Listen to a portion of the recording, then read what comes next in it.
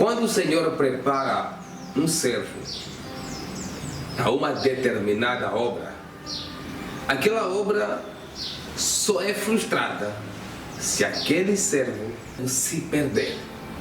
Se ele se perder, aquilo que a vida dele faria não vai fazer mais. Então Deus deverá começar com outra pessoa.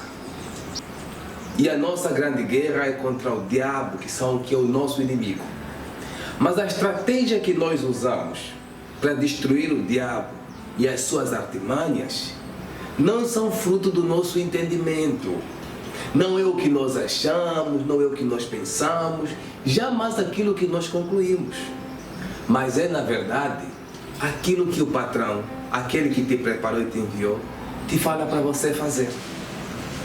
Eu quero conversar contigo isso porque muitas das vezes, quando você começa uma missão que Deus te mandou, no meio que você vai fazer, as pessoas que você vai convidar, as pessoas que vão ouvir falar da missão que Deus te mandou, daquilo que você está a anunciar, aqueles que vão aparecer no teu caminho neste processo, que podem vir para somar, mas também eles podem vir sem querer para destruir. E muitas das vezes, essa vontade de destruição vem simplesmente na vontade de te ajudar ou de querer ficar próximo de ti. Tem uma história no livro de Rei 3 de um profeta que Deus lhe ordenou para anunciar uma mensagem contra Betel. Ele foi, anunciou a mensagem, o rei mandou prendê-lo, mas Deus operou que a mão do rei ficou presa e no final de tudo o rei pediu para que ele orasse por ele. Ele orou para o rei e a mão ficou normal outra vez. O rei convidou este homem, este profeta, para um banquete para poder descansar no seu palácio.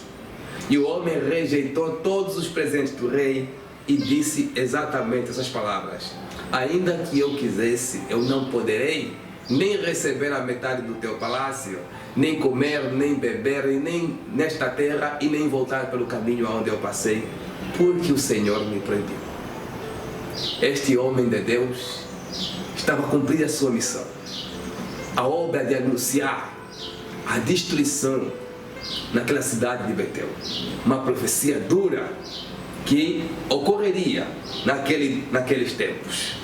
Porém, este homem, diante de um rei perdido, de um rei que não tem Deus de fato, não obedece à ordem do Senhor, ele soube muito bem se segurar e ser firme na ordem e na missão que Deus lhe deu. Ele foi embora e apareceu diante dele um homem que também era um profeta, que também era um servo de Deus. Este homem mentiu para ele dizendo que Deus o disse que ele poderia voltar, comer, beber naquela terra, porque o anjo apareceu e disse para convencê-lo a voltar. O mesmo homem de Deus que negou o convite do rei pelo qual ele anunciou a mensagem de Deus, ele aceitou o convite de alguém que já não era mais e que não estava falando naquele momento em nome de Deus, mas em nome de sua carne. Este homem voltou e infelizmente acabou por ter notícias ruins e no final ele foi morto por um leão. Eu quero conversar contigo e eu vou deixar este livro para você ler e meditar com muita calma. Deus, Ele precisa que você obedeça até o fim. Nem todos os conselhos e todas as pessoas que falarem contigo em nome de Deus estarão de fato anunciando aquilo que Deus te mandou fazer.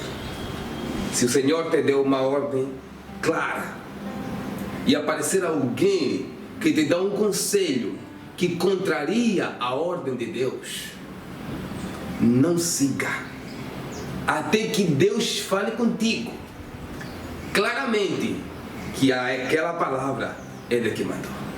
É melhor você resistir em todas as palavras contrárias àquilo que Deus te mandou do que aceitar a mensagem de qualquer um que se diz estar falando em nome de Deus. se alguém conseguir destruir o mensageiro, ele atrapalha o tempo da mensagem.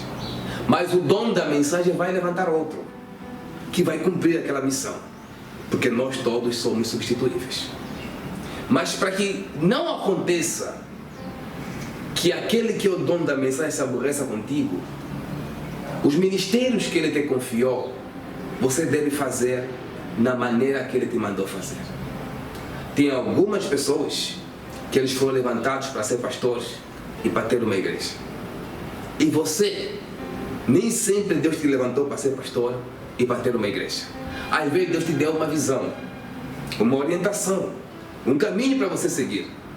Mas nesse caminho você vai encontrar muitas pessoas que também servem a Deus e que vão te sugerir muitas ideias e vão te dar muitos conselhos bons. Preste atenção. Cuidado com os conselhos, com as pessoas que falam para ti em nome de Deus aquilo que Deus te disse para você não fazer. Se Deus te falou, trabalha desta maneira, trabalhe daquela maneira. Se Deus te disse assim, crie uma casa para guardar e para ajudar pessoas drogadas com problemas psiquiátricos, crie aquela casa. Não crie uma igreja, não crie uma clínica, não crie outra coisa. Crie aquela casa. Mas se aparecer alguém que diz assim, olha, mas para essa casa ser sustentada seria bom nós criarmos aquilo e aquilo e aquilo e fazer esse tipo de coisa. Cuidado. Toma cuidado. Porque tem muitas pessoas hoje que eles nasceram num propósito de Deus, mas eles não vivem mais o propósito de Deus, porque eles começaram a colocar as suas ideias e os conselhos dos outros na frente daquilo que deveria ser uma ordem de Deus.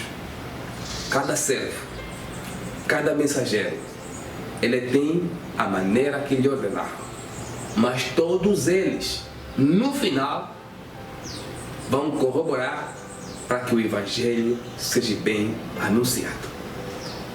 Não permita que qualquer conselho, que qualquer coisa que pareça bem, te faça perder o foco daquilo que Deus te mandou fazer.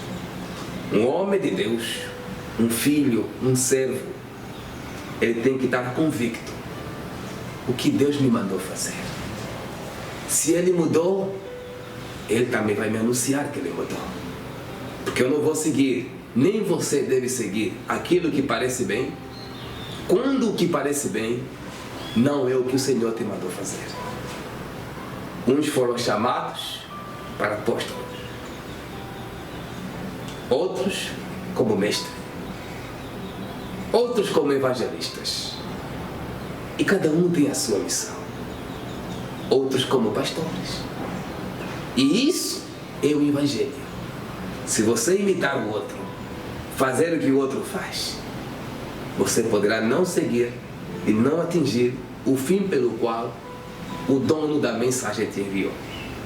Nós somos mensageiros de Deus. Então anunciemos e façamos aquilo que nos mandaram fazer e anunciar em nome de Deus. Essa é a minha, essa é a sua, essa é a nossa missão. Por isso, nunca devemos parar.